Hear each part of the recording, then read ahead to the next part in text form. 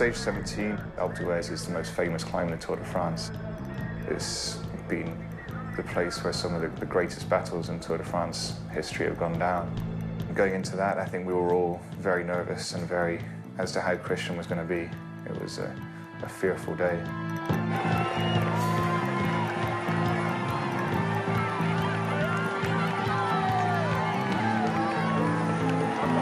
Van der Velde is riding a superb Alpe d'Huez here this afternoon. Look at the face, he's almost licking his lips on Alpe d'Huez.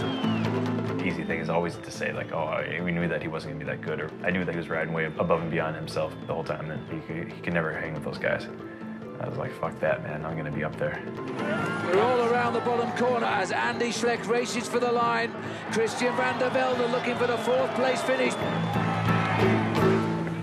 Christian, maybe the best day in the mountains you've had in your career. What was going through your mind thinking about what happened yesterday and feeling as good as you did today? I mean, you know, I was really down yesterday. I was really down. Haven't been down too many times like that in my career, you know, but what are you going to do? You know, I spent half my year in a training camp and ripped my ass off. I'm not going to throw it away now.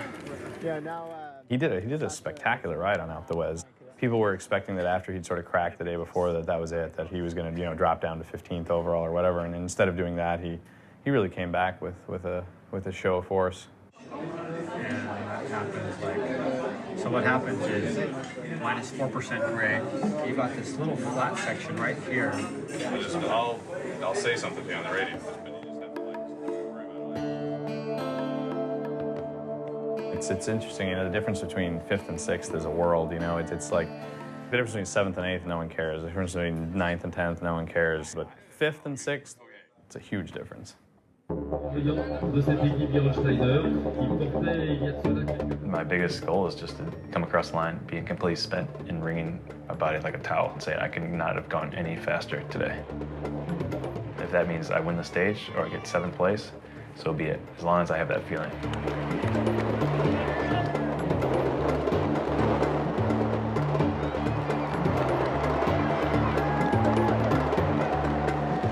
Joy of Joy is joined in the commentary box. David Miller, great to see you. Hi, David. And have you enjoyed the Tour de France this year? Has it been a good trip?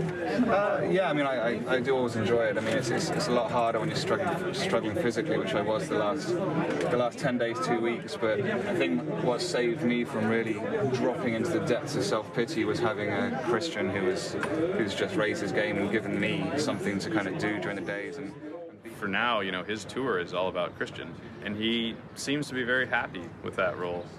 I mean, it took him a second to get there, but I think now he's really turned the corner on that and sort of embraced it as a new objective. A rider like Christian deserves to have achieved such a high height in his career. I think it was more I was just gutted at first that I was just going shit. And then I became very quickly aware that it was actually a good thing having, thank God, Christian was up there, because all of a sudden it gave us a raison d'etre. It solidified the team, and it's made our life just infinitely more purposeful.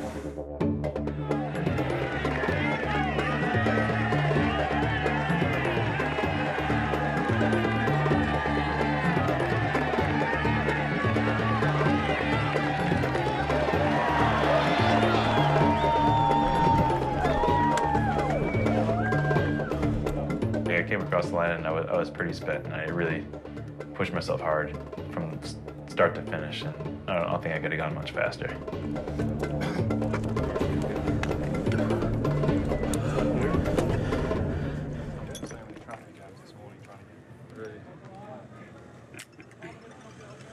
You came to the Tour de France with the ambition of a top 10. You finished 5th overall. You enjoyed your underdog status coming into this race. Is that going to be lost in the future? I think that's officially gone, but that's fine too. You know, we'll just come to the tour with a different mentality and a different game plan. All right, Christian, thanks. Yeah, thanks. Hold on, dude. Thanks for everything. Next time, in a cooler moment, a month from now, when you're interviewing Christian, remind him that I told him to survive something.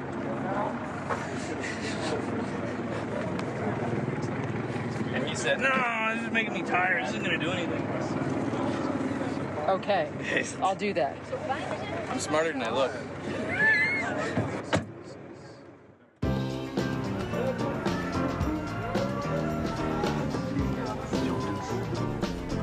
It isn't a day where the overall contenders of the race actually race. Traditionally, it's almost like a parade for the riders.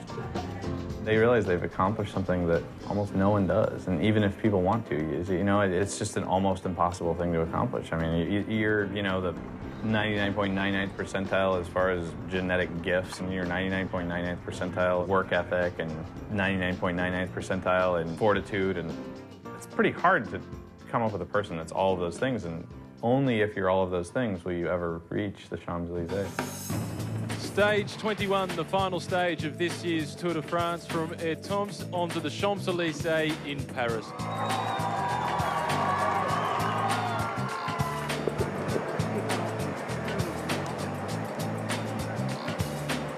The peloton now heads in towards Paris. They'll have 8 laps around the Champs-Elysees. They're about to go through the finish line for the first time.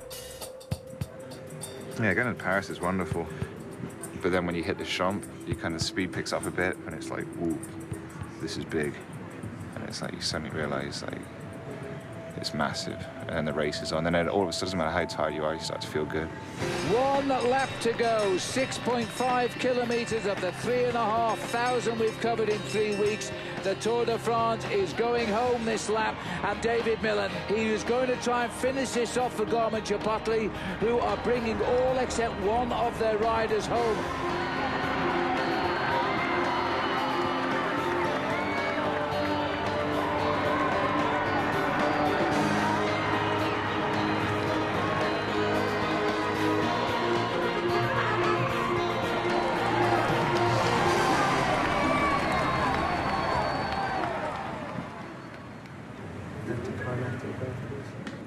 No, it's climatic. That's what it is. It's not anticlimactic, it's fucking incredibly climatic. And it's just... it's about the most climatic thing you can ever do. Cheers, old boy. Cheers, old boy. Good to see you.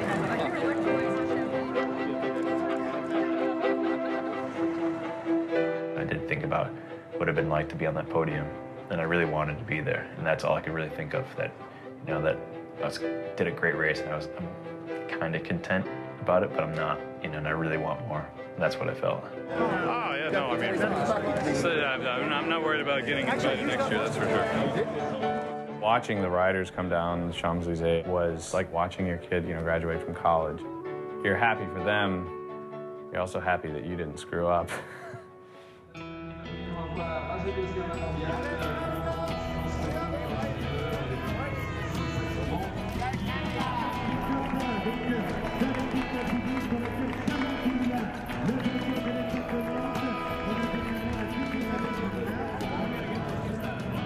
It was the most gratifying Champs-Elysees lap of honour I've ever done, that's for sure. It was something that I don't think any of us would dare dream about in the year building up to it. So to actually be on the Champs-Elysees with Doug and JV and Christian, 5th overall, and now favourite for the next year's Tour de France, it was a fairly epiphanical moment. It was nice. I liked it.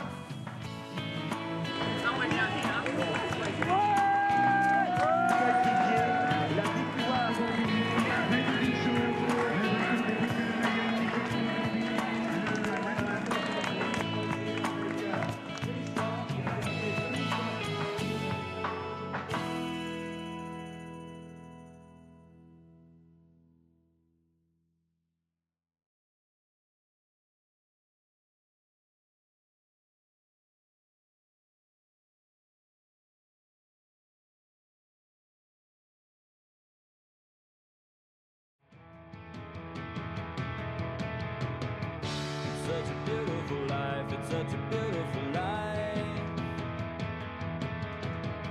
It's such a beautiful life, it's such a beautiful life. Yeah, yeah, yeah, yeah, yeah. It's such a beautiful life, it's such a beautiful life. It's such a beautiful life, it's such a beautiful life. Yeah, yeah, yeah, yeah, yeah. It's such a beautiful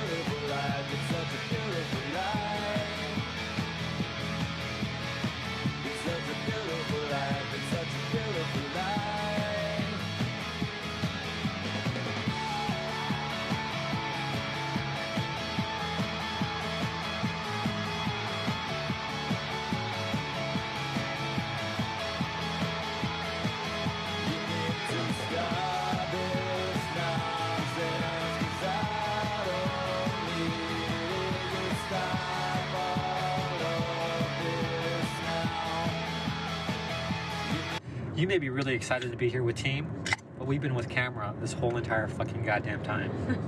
So, turn it off, sir.